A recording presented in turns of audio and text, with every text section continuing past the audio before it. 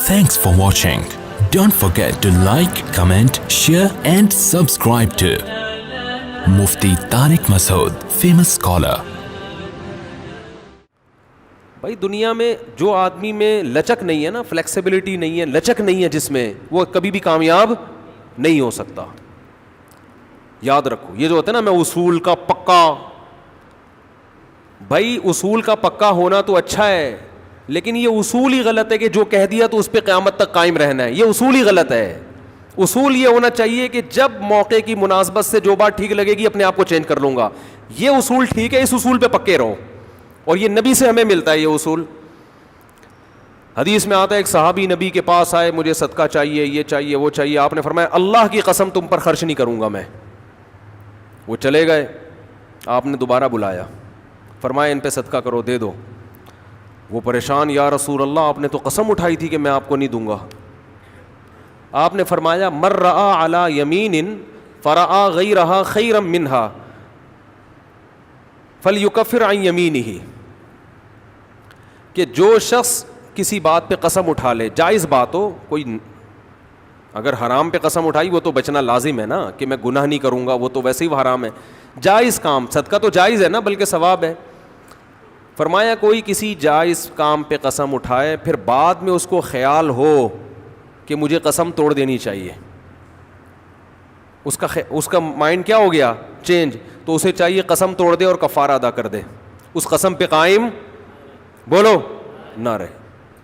قسم پہ جب قائم نہ رہنے کا حکم ہے تو بغیر قسم کے میں نے جو بول دیا بس وہ پتھر پہ لکیر بن گیا, یہ تو پاگل اور گدھے ہونے کی علامت ہے. قسم بھی اگر کھا لی ہو تو بھائی اس وقت یہ خیال تھا کہ نہیں دینا, اب زمینی حقائق کہہ رہے ہیں کہ اس کو دینا ہے, تو اب قسم توڑو, کفارہ ادا کرو اور دے دو.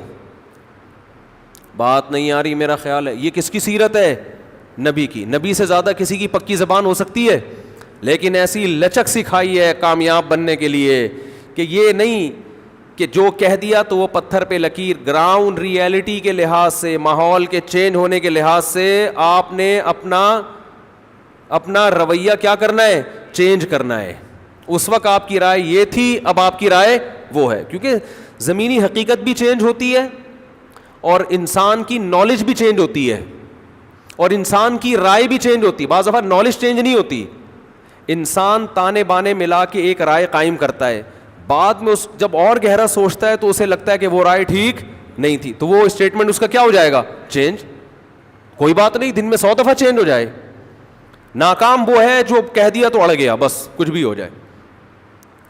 اب دیکھو ایک آدمی آپ کو مستحق نظر نہیں آ رہا تھا, آپ نے کہا اللہ کی قسم تجھے میں صدقہ نہیں دوں گا, تو فراڈی ہے. بعد میں پتہ چلا نہیں فراڈی نہیں ہے, آپ کو نہیں, میں نے تو بول دیا تھا میں نہیں دوں گا. بھائی اب فراڈی ہونے کی بیس پہ نہیں دے رہے تھے, تو اب پتہ چل گیا یہ فراڈی نہیں ہے. بعض دفعہ پہلے بھی پتا تھا فراڈی نہیں ہے, اب بھی پتہ ہے نہیں ہے, لیکن پہلے خیال تھا کہ نہیں دینا چاہیے, اب خیال ہے کہ دے دینا چاہیے, تو رائے چینج کر لو. بہت مشکل ہے. اور گھریلو جھگڑوں میں تو میاں بیوی کی طبیعت میں اگر لچک نہیں ہے نا, 4 دن بھی ان کا رشتہ نہیں چل سکتا. یہ تو مجھ سے ابھی لکھوا کے سگنیچر انگوٹھے لگا لو, جیسے سبزی والے نے ٹھپے لگائے تھے انگوٹھے لے کے گھوم رہا ہوں. لیکن آپ انگوٹھے نہیں, آپ مجھے پکڑ لینا, میں کہاں بھاگوں گا. وہ جب بھی انگوٹھے کی بات آتی ہے مجھے وہ سبزی والا یاد آتا ہے جس کو میں نے بزنس کے لیے پیسے دیے تھے, اور اس نے ایمانداری میں اسٹیمپ پیپر پہ اپنے انگوٹھے لگا کے دیے تھے. جب وہ پیسے لے کے بھاگا تو 3 سال میں نے وہ انگوٹھے سنبھال کے رکھے.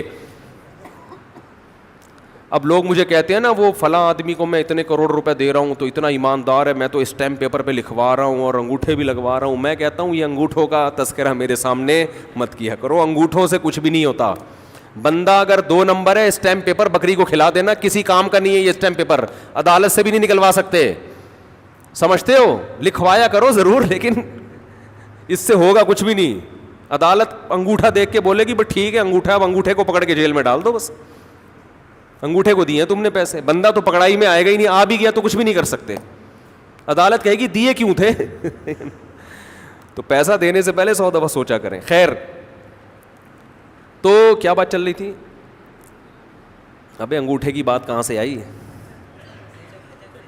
ہاں, لچک پیدا کرنا چاہیے. میاں بیوی کا رشتہ تو ایسا ہے کہ اگر آپ کا ہے نا کہ جو میں نے کہہ دیا بس وہ کیا ہے, آرڈر از آرڈر, تو بھائی اس کا مطلب آپ میدان جنگ میں کھڑے ہوئے ہیں, دشمن کی فوجیں آپ کے سامنے ہیں اور آپ ایک فوج کی کمانڈ کر رہے ہیں کہ گولی چلانے کا آرڈر دیا تو کیا کرنا ہے؟